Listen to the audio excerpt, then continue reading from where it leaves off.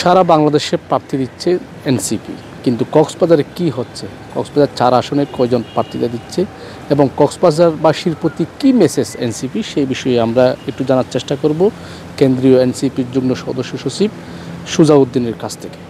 ধন্যবাদ। আমি মনে করি যে কক্সবাজার এইবারের নির্বাচনে কক্সবাজার তরুণ জনগোষ্ঠী, বিশেষ করে এখানকার প্রজ্ঞাবান মানুষজন, রাজনৈতিক সচেতন মানুষজন এক ধরনের বিপ্লব ঘটাবে। এটা হয়তো দেখতে মনে হতে পারে যে এরকম কিছুই দেখা যাচ্ছে না, মনে হচ্ছে না, অনেকেই তো অনেক কিছু 5 আগস্টের আগে ভাবে নাই, সেটা ঘটছে এবং কক্সবাজারেও সেটা ঘটবে। পদ্মা সেতু, মেট্রো রেল এবং এলিভেটেড এক্সপ্রেসওয়ে নির্মাণের গর্বিত অংশীদার বসুন্ধরা সিমেন্ট।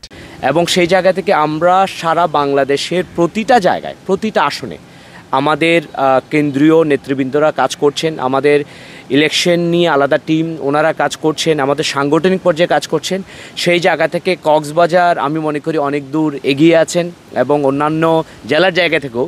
তো যেহেতু এখানকার এটা রাজনৈতিক উর্বর জায়গা, এখানকার মানুষ রাজনৈতিক সচেতন, তো আমরা কাজ করছি প্রত্যেকটা আসনের জন্যই আমাদের বিভিন্ন টিম কাজ করছে এবং আমরা মনে করছি যে আগামী কক্সবাজারে 4টা আসনে কক্সবাজারে আমাদের জনগণ, কক্সবাজারবাসী তাদের মনোমত করে এবং তাদের আশা আকাঙ্ক্ষার যে প্রতীক, এবং সেই প্রতীক তারা তাদের কাছের মানুষ এবং খুব ভালো মানুষ, সচেতন মানুষ, রাজনৈতিক সচেতন ব্যক্তিদেরকে তারা পাবেন, যারা ভোটের মাঠে শুধুমাত্র নেতা হইতে চাইবেন না, যারা ভোটের মাঠে শুধু চেয়ার দখল করতে আসবেন না, তারা চিন্তার নিয়ে কাজ করবেন, তারা গণমানুষের কথা শুনবেন, তারা শুধুমাত্র এই 4টা আসনে একবারের জন্য তারা যাবেন না, তারা বারবার যাবেন, মানুষের জন্য থাকবেন। আমরা কিন্তু প্রতিদিন মানুষের সাথে কথা বলছি। আমরা আগামী সময় যখন ইলেকশন আসবেন এবং আমাদের পুরো টিম জনমানুষের যে ইশতেহার, সেই ইশতেহার মানুষ থেকে নিয়েই মানুষের জন্যই আমরা প্রেজেন্টটা করব সামনে। তবে আপনারা জানেন যে আমাদের যে রাজনৈতিক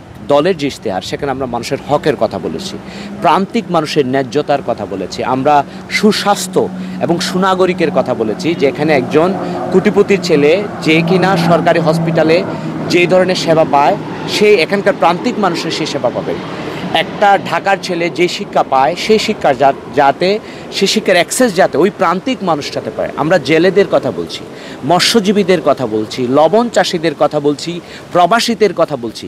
যদি কক্সবাজারে বলতে চাই, কক্সবাজার এত বড় ট্যুরিস্ট, এখানে যাতে ট্যুরিস্ট বান্ধব যে ব্যবসায়ী, সে ব্যবসায়ীদের আলাপ আমরা করছি, এখানকার পর্যটকদের নিরাপত্তা নিশ্চিতের কথা বলছি, এখানকার প্রতিটা উন্নয়ন যাতে গণমুখী উন্নয়নটা হয়, গণবিরোধী যাতে উন্নয়ন না হয়, আমরা সেই আলাপটা করছি।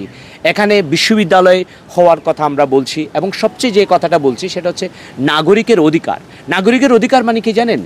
রাজনৈতিক পরিচয়ের বাইরে গিয়েও একজন নাগরিক যাতে সে নাগরিক সেবাটা থানায়, ডিসি অফিসে, ইউনো অফিসে সে যাতে পায়। সবচেয়ে বড় আলাপটা যেটা করছি, মানুষের হকের কথা বলছি, ভূমির হক, প্রাণীর হক, প্রান্তিক মানুষের হক। এই আলাপগুলো দেখুন, একটা স্কুলে আমাদের শেখানো দরকার যে একটা স্কুলটা কিভাবে বানানো হয়েছে, একটা স্কুলে এটা দরকার যে একটা শিক্ষার্থী সে কী বলতে পারে এবং তার অধিকারটুকু কী কী। তো আমরা মনে করি আগামীর কক্সবাজার হবে দক্ষিণ এশিয়ার একটা গুরুত্বপূর্ণ জায়গা। সেই জায়গায় আমরা রোহিঙ্গা ইস্যু নিয়ে কথা বলছি, আমরা বঙ্গোপসাগরের যে হিস্সা সেটা নিয়ে কথা বলছি এবং আমরা সবচেয়ে বেশি যেটা বলছি সেটা হচ্ছে এখানকার প্রান্তিক জনগোষ্ঠী। হঠাৎ করে দেখি এখানকার মানুষকে উচ্ছেদ করে দেওয়া হয়। আমরা নিজেরাও জানি না যে মহেশখালী কুতুবদিয়াতে আগামী কী হতে যাচ্ছে। তো আমরা তো জানতে হবে এই যে পরিকল্পনায় যে মানুষের অধিকার। আমি বারবার একটা কথা সবাইকে বলছি, প্রিয় কক্সবাজারবাসী, আপনাদেরকে একটা কথা বলি, আপনার জন্য যে পরিকল্পনাটা করা হচ্ছে, প্ল্যানটা লেখা হচ্ছে, দয়া করে আপনার সন্তানকে আপনারা বলেন এটা যাতে পড়ে, এটা যাতে বোঝে, না হলে আমি পরবর্তীতে গলা ফাটানো, চিল্লানো ছাড়া আর কিচ্ছু করার থাকবে না। এখনই সময় আপনার জন্য পরিকল্পনায় যাতে আপনার অংশগ্রহণ নিশ্চিত থাকে।